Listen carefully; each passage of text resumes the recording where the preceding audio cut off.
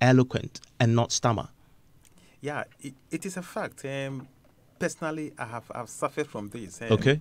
I remember after my national service, it was just around the time TV3 had come up, and I had applied for a job.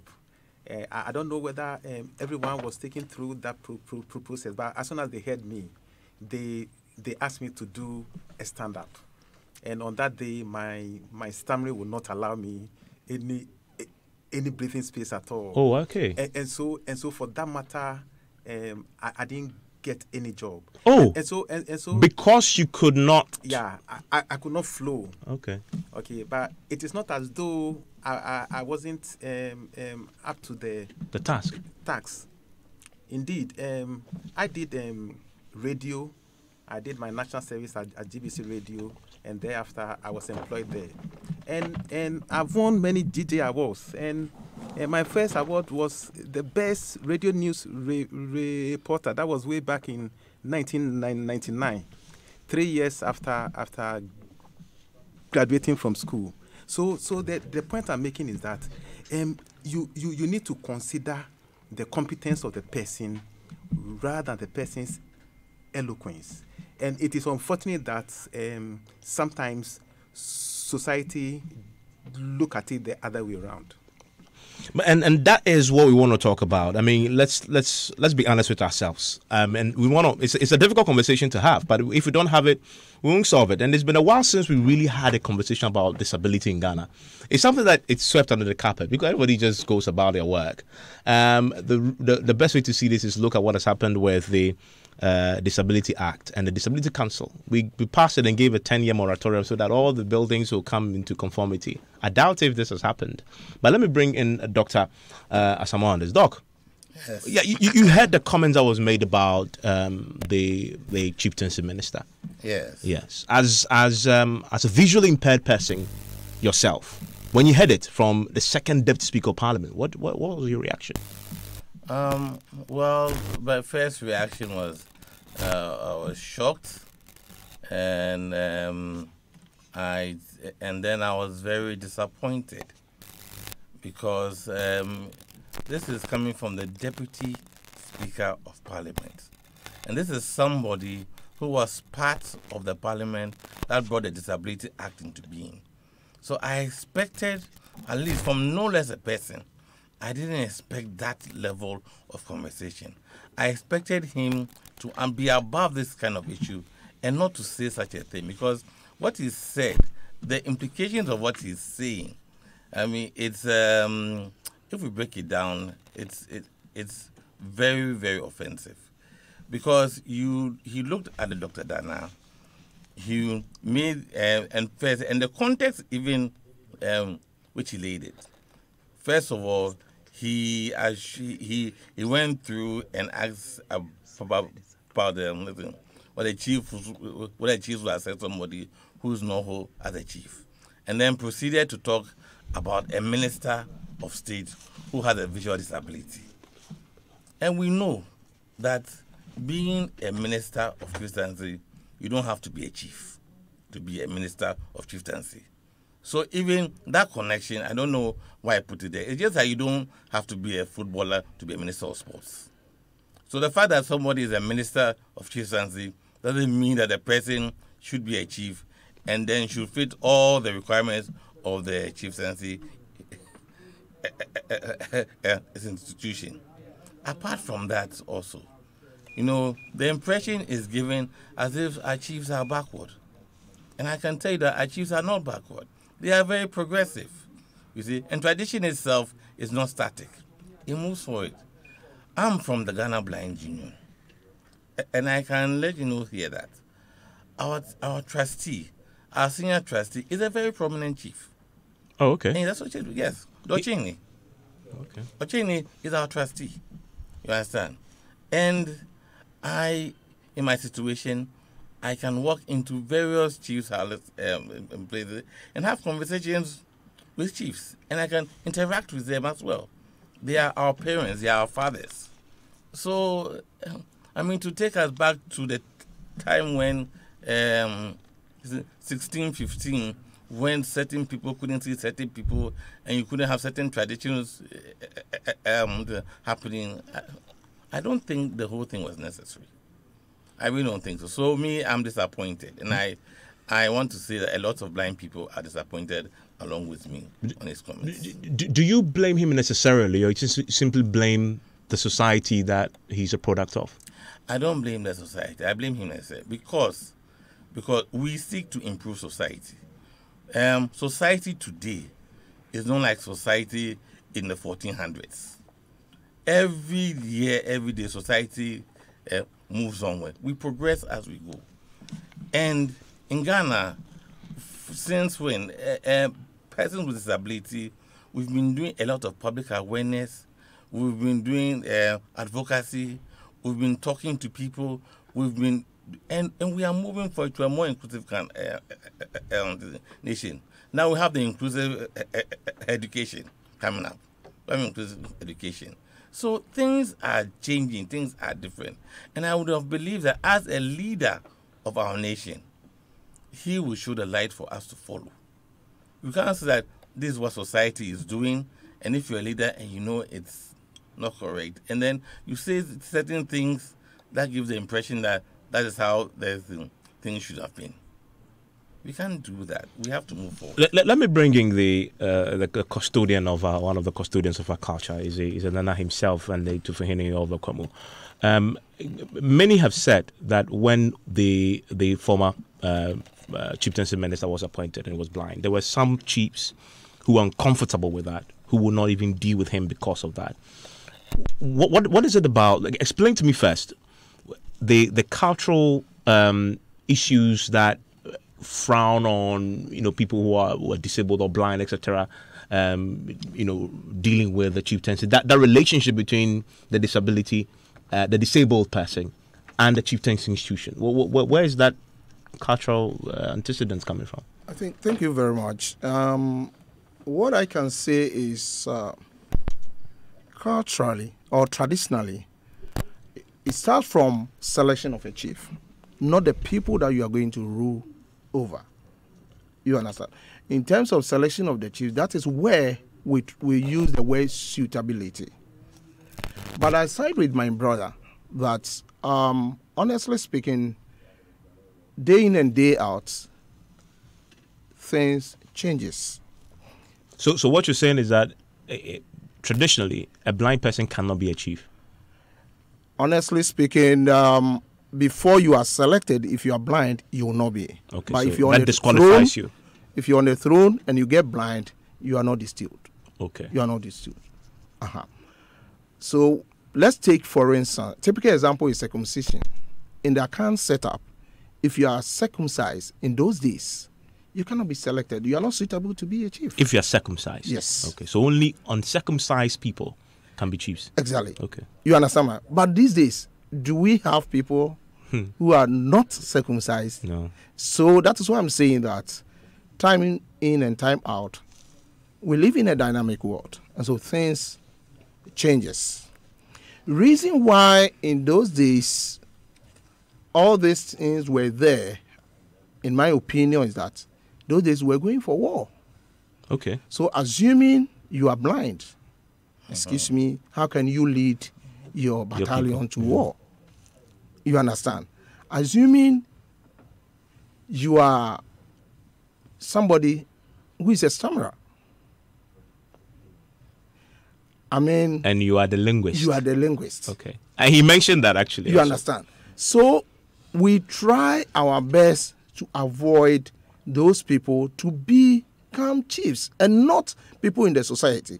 But honestly speaking, I would say that it's unfortunate that this comment came out because Ghanaians, hey, we should be able to separate traditional administration to governance. Democratic governance. Yeah. You cannot say that the fact that somebody is blind, he cannot hold a ministerial position. Because responsible for chieftains. He has a lot of people around him to work with. Yes. You understand? So you cannot say because of that. So I would suggest that in such cases, let us separate the democratic governance from the traditional governance. Because even we, the chiefs, we are trying to modify things. Yeah. Yeah. Edwin, where do you stand on this debate? Well, I think I respect the views that have been expressed, but I disagree fundamentally. I mean, you can disagree with Alban Babin's tact, but you cannot disagree with his facts, you know. And I think the larger problem is that we become a very politically correct society, you know. Every man is allowed to tell every woman she's beautiful, but he should be free to tell another man that he's ugly, you know. And if you check what Bagman said, he never attacked persons with disabilities. He didn't. He attacked the former president's penchant to put square pegs in round holes, which is another form of Mohammed's own leadership disability, you know. Because what did he say? He said that visually impaired people, the chiefs were not comfortable with a visually impaired minister as chieftaincy minister. He never said a visually impaired person cannot be a minister. He was referring to a chieftaincy tradition that was going against Mohammed's choice of a minister. Are these facts? Are these true? If we should be angry, we should be angry that the chieftaincy institution does not seem to accept people of disability. That should be the real debate. But to be angry that one of the Ghana's record-winning politician, he is not a rookie. He has been in parliament since 1993. He is not going to make the kind of gaffes that novices make in politics. If he goes to the Volta region and he says, for example, that the communications minister was a stammerer, and therefore putting him as information minister in a politically charged environment like that was a bad choice, he is not attacking his disability. He's attacking the former President Mahamad's inability to put the right people in the right place. That should be the larger discussion. I feel we have been so unfair to a man who has given off his best as a politician. We have crucified him too early. We have joined a certain herd instinct that because he mentioned visually impaired, stammerer, we have to hang him. And it's just not fair enough. Edwin. Evans, I totally disagree with that. You know, once you use those subjects of attack, you use visually impaired and in fact, visually impaired is the correct way of saying it. He didn't even use that. He said blind. Blind, yeah. Well, there's nothing wrong with saying blind, actually. Yeah. As your, I mean, now, obviously, we are being cautioned to be sensitive. Oh yeah. In these words, so for example, you can't say deaf and dumb anymore. Oh no, you can't say dumb, but you can say deaf. But blind is okay. I mean, okay. Visually impaired is more generic, okay, but blind is not wrong. Okay. Evans, I wish he had said that it was wrong for John Mahama to appoint a Muslim as a minister simply because in this country Christians are more than Muslims. So why must he appoint a Muslim as a minister? And let's see the reaction. Okay.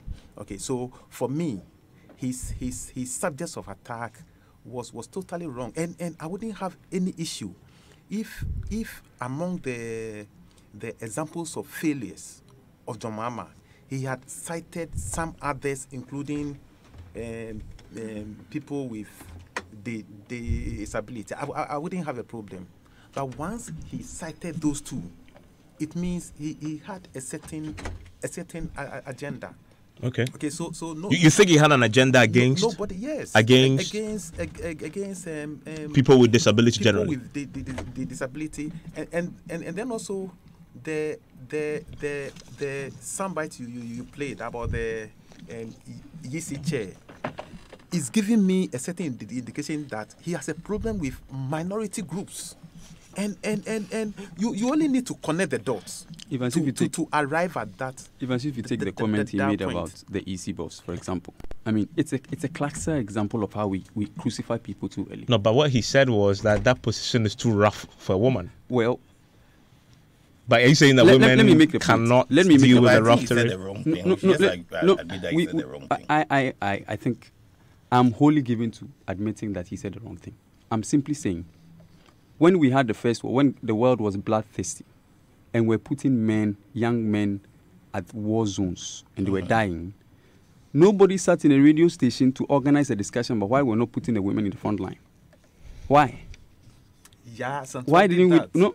Yeah, Well, yeah, nobody had a radio why- discussion. why- Let me make the point. The point is that the world is changing. exactly the And we point must is move the along point with he that. was making was that it was a new area for a woman, and that he had apprehensions that she may not be able to withstand the terrain, given Ghana's background of women not playing senior roles in politics.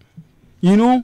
He didn't. And if you listen, if you listen to no, but that's static. But static he was that you don't move forward. he was referring to what appears to be a situation. What appears to be. And if you listen to Byron very well, he said that the woman is good enough, but he is afraid. He was revealing That an terrain is so apprehension. rough. Exactly, he was revealing brother, an you see- apprehension which on a dining table everybody would be free to reveal. But why? Because we have a politically correct society. He cannot even reveal apprehensions. Let me hear Doc. Yeah, Doc. Look, you are saying that this man is not a rookie and that he's a celebrated politician. So he should know these things. He should know that we are in a progressive society. You say that because some chiefs have a problem with a blind person, so a blind person shouldn't be made a minister. A chieftaincy minister. And you know that chieftaincy ministers do not sit on black stools. They are not chiefs. They are ministers of state. So are you saying that if today a blind person became president of Ghana, what would the chiefs do? Would they run away? Yeah. You see, you cannot live as if we are living back in the 90s, in the 8th century. Ghana has progressed. Where Ghana was some 20 years ago, Ghana is not there now. We've moved forward. You talked about this. You said the man was just reflecting what the society means. Look, if you are a leader and society is at a particular level, we expect that you are leading us to go forward. You can't take a static position and say this is how it has been from the beginning. So for now and forever, this is how Ghana should always be. We are progressing. That is why today we have more people in parliament than we had when parliament started. You understand? And I believe that one day we might even have a speaker of parliament who is blind. And when that happens, what are we going to see? That would be a very good day. Yeah. And people are stammerers. Very good. Look, but for me, when he mentioned the issue of Dr. Dana, and he said that some chiefs are not happy about it, he didn't mention that this same Dr. Dana had served as director of research at Chieftaincy Secretariat for so long, and had even helped to codify some traditional laws. And he had worked so hard, and the chiefs didn't raise anything about it. So what are you talking about now? And then he comes on to go further, to take another minister and not even look at the minister's competence, but looks at the minister's disability and says that because of that disability, he's not a good choice for the position. You understand? So I think the issue of basing his arguments on the disability, and for the fact that even if this is a concern in some parts of our society, for the fact that he is a leader and is supposed to lead us into the progressive situation, I think it is very wrong. And actually, it was offensive for us to hear that coming from him. Yeah. And I think it's not a good sign. I want to hear Nana. Sorry, I'll come back to you. Nana wants to say something. Like I said earlier on, I wish we should separate these two things I talked about earlier on, i.e., chieftaincy and governance, governance, and then democratic governance. Yes. Reason being that if indeed what he's saying is something that we need to consider. Then we, the chiefs, I'm telling you, in those years, we don't appoint or we don't select a woman to become a chief. But these days we have women sitting on black stools. You understand? So then, like my brother is saying, the point that Nana is making is living in a dynamic world. The point I'm making is that it is not true that as a society we are still that backward. Yes. That we have moved on. Yes. And that you cannot say that barbering is simply stating reality. Because the reality is no more that women cannot be chiefs, the blind cannot work in the chieftaincy, in the chief's palace, or the stammerer cannot be a linguist. Because we've moved on from that traditional past. We've moved on to a modern society now, which is more progressive and accepting of everybody else. Whether you are blind, you're a stammerer, or you're a woman. Yes, I would say, like you say, progressive. That is where we are moving on, not we've moved on. Oh, okay, but that's the point that he's making. No, that if we haven't moved on yet, then Babe was simply talking about the challenge we still have. Exactly. No, what I am saying is citing a woman as a UC chairperson. And he was citing, saying that chieftaincy, traditionally, is not accepted. And I'm saying even we, the chiefs or the traditional rulers, you've accepted it. We have accepted it, okay. And women are leading their communities. And Edwin, you seem to have a lot of support because we're getting our listeners join us via WhatsApp, Twitter, and also on Facebook. I want to share a few of what you're saying about this interesting conversation, and I can see many of you having this conversation on your own platforms already.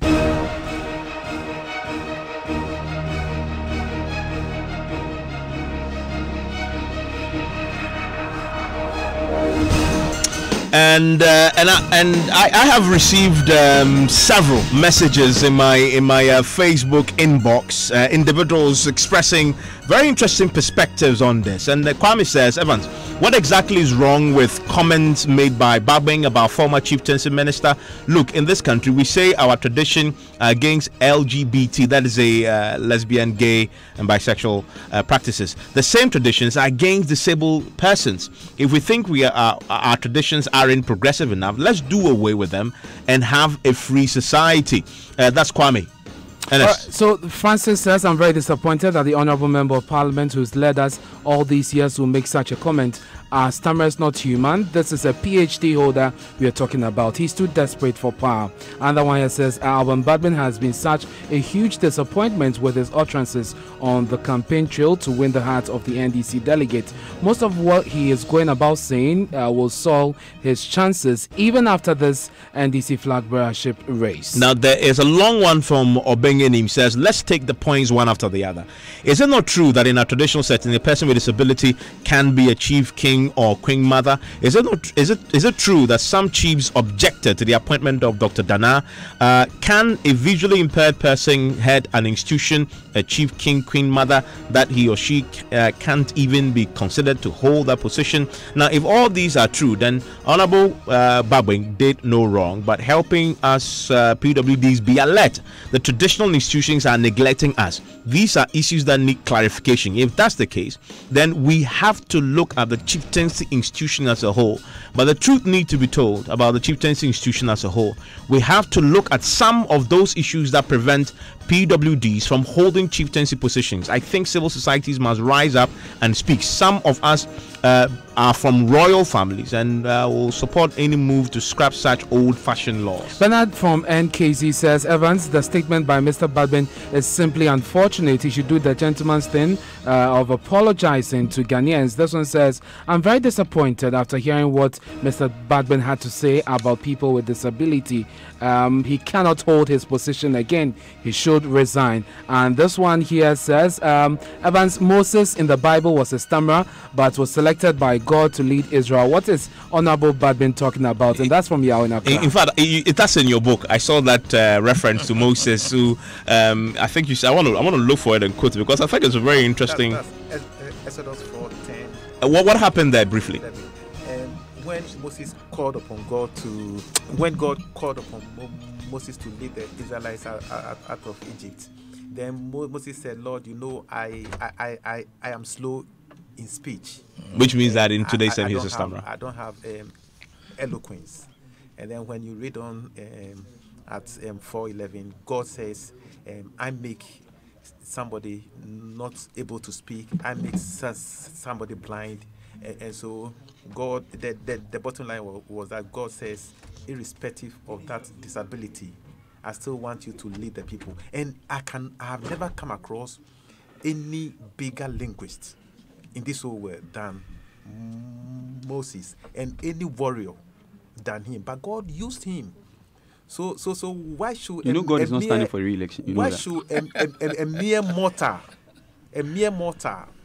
sit somewhere and suggest and disqualify that, you because you can't speak? And Mr. Bagby was not stating fact. Yeah. Because the fact is what Doc has said, that Dr. Dana has worked for the chieftaincy institution for years, for more than before he was 20 appointed as a... And they did not reject him. Okay, I want you to hold that thought for a second. I want to hold that thought. I want to connect to Dr. Kobe Mensah, political marketing lecturer, University of Ghana Business School. Doc, thank you for your time here on GhanaConnect. Thank you for connecting. Hello. Thank you, Doc. Hello, how are you? Hi, Evans. Thank you. Thanks for having me. Great. Very good. And you as well. Great. I mean, this is as much a conversation about political communication as it is about our culture and how we treat, and society, how we treat the people with disability. As we've heard, the two sides of this coin, that we are as a country too particular about being politically correct, instead of simply stating what it is and calling black. We want to pamper it and, color it and use euphemisms. And I guess some may say, well, look at what Trump is doing in the U.S. He's just simply breaking from the mold. And what did Alban Babin do wrong?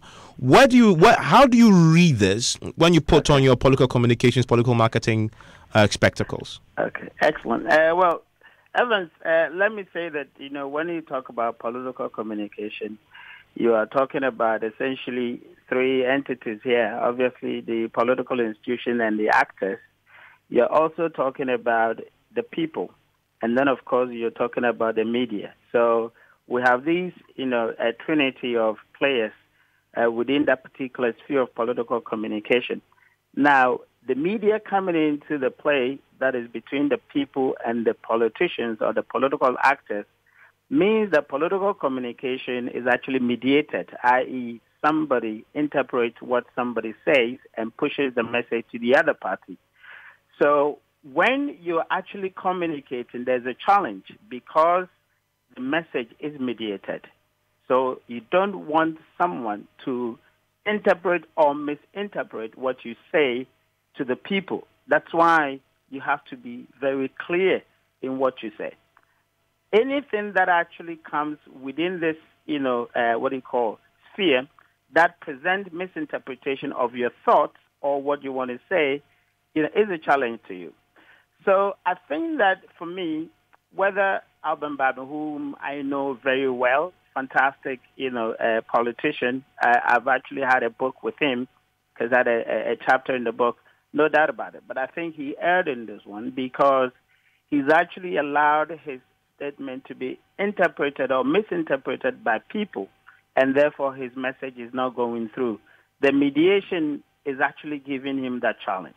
Now, I think he's been caught up in the ills, I say, of his generation, because we have a generation that were very, I think were very disability insulting in their language. And we sort of have inherited it. I mean, people can say literally, that kind of thing. That suggests that if somebody can't see, it means that they are blind. Or, I think it is wrong. It is about time for us to refine the way we speak. It is not about political correctness, but it is about accepting that we all are human beings. We could have our limitations, but it's not for us to use it as a description or as part of the language to express limitation. I think that if Honorable Alban Babin wanted to talk about some of the, the lapses or some of the limitations of the former president, he could use other examples other than using, gender, using disability, etc., to demonstrate that, the former president took bad decisions. I think that was the wrong choices of examples that he used. Interesting. Thank you very much with that perspective. Then a few of your messages I'm still getting on this on Twitter. This one says, Evans, please tell the gentleman defending Babing to simply hush. We aren't living in the Stone Age anymore. He should go update his knowledge on gender and development. Pretty upset with you, Edwin, on that. And by the way, there is a response, you Edmund, on something what you quoted earlier from the Bible about was it Moses, and that I've been asked to tell you that another listener says God appointed Aaron to speak for Moses, and because Aaron had that disability. Is that what it is? No, Moses was an interface. Please get close to the mic for me. Moses was an interface between God and the people of Israel. He will go and take a message from God and come and deliver it. Aaron was appointed to help him administer over the people of Israel. But not to be a linguist. I see. As far as I know. Okay, but that is by the way. I'm pretty sure there are more biblical scholars listening to us who can clarify that for us. But let's return to the. I know Edwin, you had something to say earlier. Yes, I'm just simply saying we need to listen to what Babin said very well, and not use our predisposition to hang this dog, if you like. He said. Appointing Dr. Seydou Dana as chieftaincy minister. He actually complimented Omane Boamah as an intelligent person. What would happen in this country, for example, if we appointed a Muslim as, for example, minister in charge of Christianity? Or let me give you perhaps a more slightly provocative example. Okay, so that's your square peg and round hole argument. Exactly. Okay. Let me give you a slightly provocative example. If we appointed a Christian as the minister for Zongo development, okay, you understand? You get the point. I'm simply saying Mahama had a disability himself, and it is that when it comes to leadership, he put square pegs in round holes. That appears to be what Babin is saying. That is the larger discussion, and that should be what we should be talking about. So he never, ever. But you think it doesn't betray a certain mindset, though? And I think...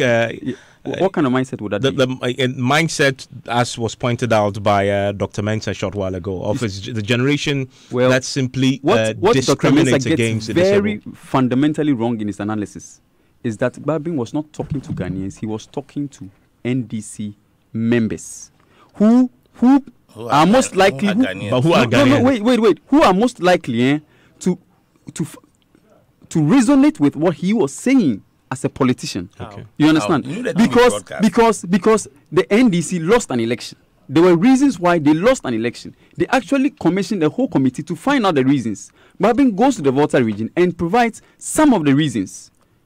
And right? uses disability and as then and uses Mohammed's poor choice of ministers in certain positions as an example. And chooses the ministers we with can play the sound again. Example. We can play the sound again. Yeah, we'll play Okudjato's example was a disability. Was Okudjato's example a disability? Was Okudjato's example a disability? Okay. He said Okudjato had almost been kicked out of school. Was it a fact? Yes. He said Okudjato almost didn't get his results. Was it a fact? Yes. He said, how would lecturers feel if you appoint him as somebody who almost got kicked out of school as a deputy education minister?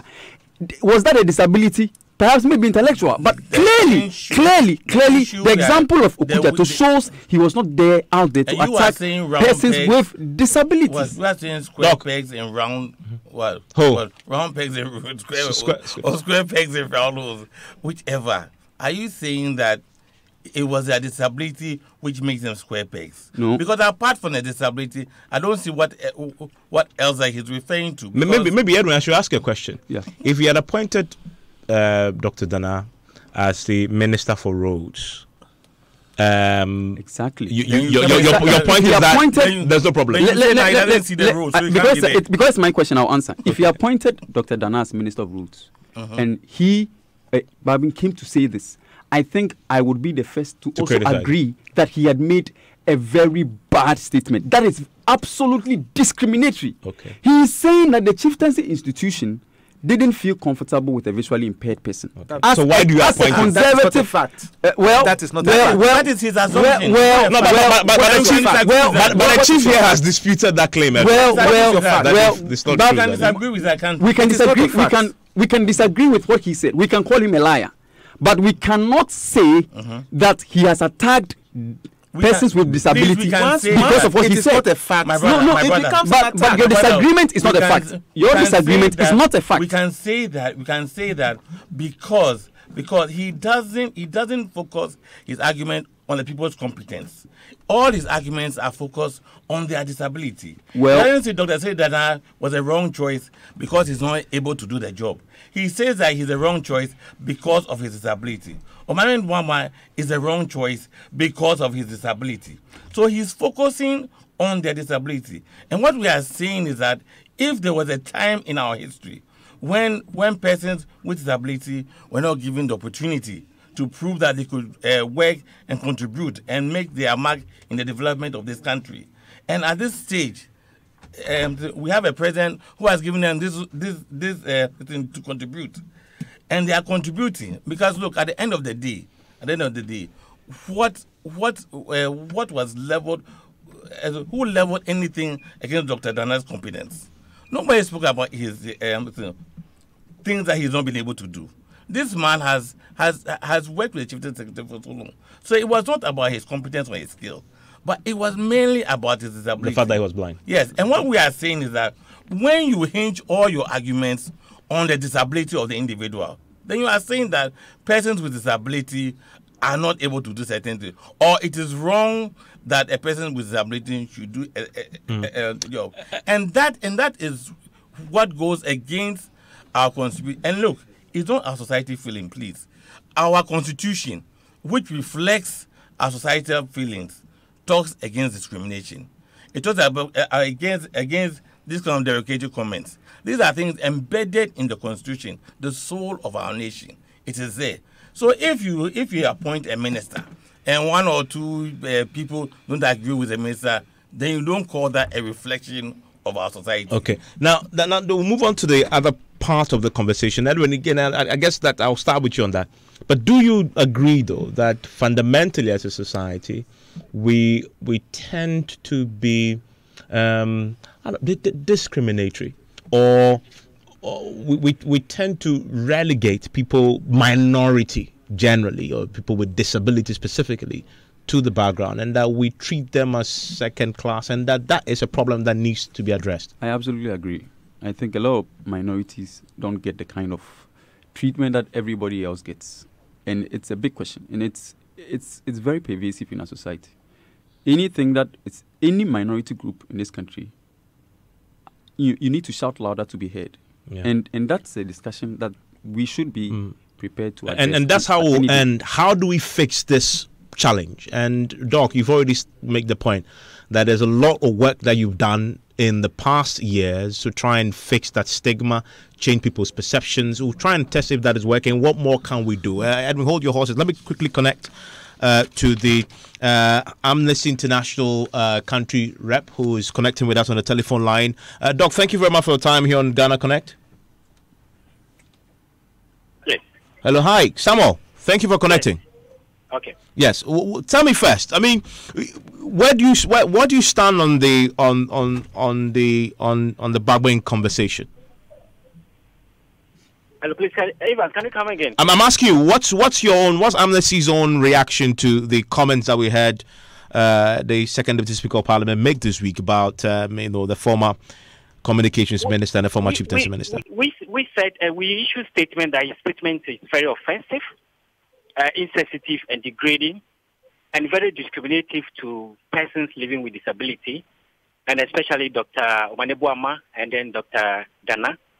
And we think that someone of his caliber, a second Deputy Speaker of Parliament, who was part of the drafting and the promulgation of both the 1992 Constitution and the Disability Act, and somebody who has facilitated legal proceedings both here in Ghana and outside Ghana, who has been part of the progressive movement of Ghana from the Stone Age to where we are now, should attempt to send us back.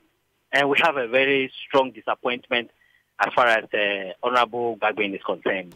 And now to my main question as we begin to wrap up, which is that having acknowledged that, yes, he made those comments, you've criticized it, and many have as well, and that possibly it's just a reflection that the society that we're living is not making as much of a progress in dealing with these stigma, the stereotypes that normally have been pointed out in the past. How do we fix it? How do we get people like who express similar views to what Mr. Bagben expressed to sort of come on board? We can fix this when we stop people like Honorable Bagben from making such statements, because we have made progress. Evans, remember that when a child is born, those days, Stone Age, when a child is born, the child has any form of disability. The child is killed. He's sent to the bush. He's killed. He's even killed before others don't know that a child has been born. We have a situation where albinos were lynched and killed because they were thought to be persons with disability and so on and so forth. And we have moved on. We have moved on to a stage where we are preaching or we are emphasizing on inclusivity rather than exclusivity. We think that people should be encouraged. Persons with disability over the years have been relegated to the background. We have abused them in one way or the other. We have considered them as things rather than human beings. And as far as human rights is concerned and Amnesty International is concerned, it is this kind of statements that go to re-emphasize that mentality that we are trying to let go of. And we think that it is very disappointing as far as Honorable Bagben is concerned. I'm grateful that you joined us. I want to come to the student as we begin to wrap up. Edmund, so what for you? I mean, this has betrayed that the problem we thought probably we're making progress on, maybe we need to revisit it. What do you think? What more can society do? Civil society, media, what more can we do? I think with the comments made by Honorable Bagben, we need to do a lot to sensitize people about the fact that if you have a disability, you are not a lesser human being. You are also capable of doing anything that others can do. And as I pointed out somewhere, disability is not a weakness in a man, but it is a weakness in the mind. Okay. Nana, what can the chieftaincy institution do? Because I think that's where the cultural traditions sometimes can be a problem. Well, what do you think? What is the number one thing you can briefly? Thank you very much. I think from all what I've gathered so far, you realize that even the chieftaincy institution, I talked about when we want to install a chief, there's something we call a selection, and it is based on suitability. You see, at the end of the day, even the reason why we did not select Mr. A or B doesn't come out. Okay. So I am saying that politicians should be mindful of whatever they throw out in the air. It's so important. And people may think that it is the chieftaincy institution that is destroying this thing. I don't agree with them. Politics it is rather the politics. Grateful. Let me bring in a quick comment from Dr. Suma. Your final thoughts on this. I mean, for you, you've been campaigning on this for years and decades. What more can you do? Yeah, I think now, as a society, we should begin to walk the talk. I mean, we should begin to say and do what we believe in. We have inclusive education coming up, so more persons with disability are going to school. When they finish school, we want to see more of them having leadership positions. We want more persons with disability to be in local government positions. We want more ministers with disability. We want to begin to see them, people with disability, in leadership positions. Let us begin to walk the talk. We've been talking for a long time. Okay. And let's start doing things. Let's start seeing action in our words. Edwin. Yeah, just two things. What I would like to say is that I think the chieftaincy institution should learn from Lutumfo. In the 17th century, he was carried in a palanquin. Yesterday, he was riding a Rolls Royce. So they should open up to changes in society. And lastly, political correctness is bad. If we continue this way in Ghana, we will become exactly what we fear we will become, the US. Okay, thank you. My brother. So the poll. You disagree? Yeah, So the poll, we had 113 people connect with us on the poll. 63% of those who connected on this one say the comments were discriminatory, and 37 say he simply spoke the truth. Okay, so most people disagree with him on that. Thank you very much, and thanks for connecting. We'll connect again next week, Friday. My name is Evans Mensah. Enjoy the rest of your weekend.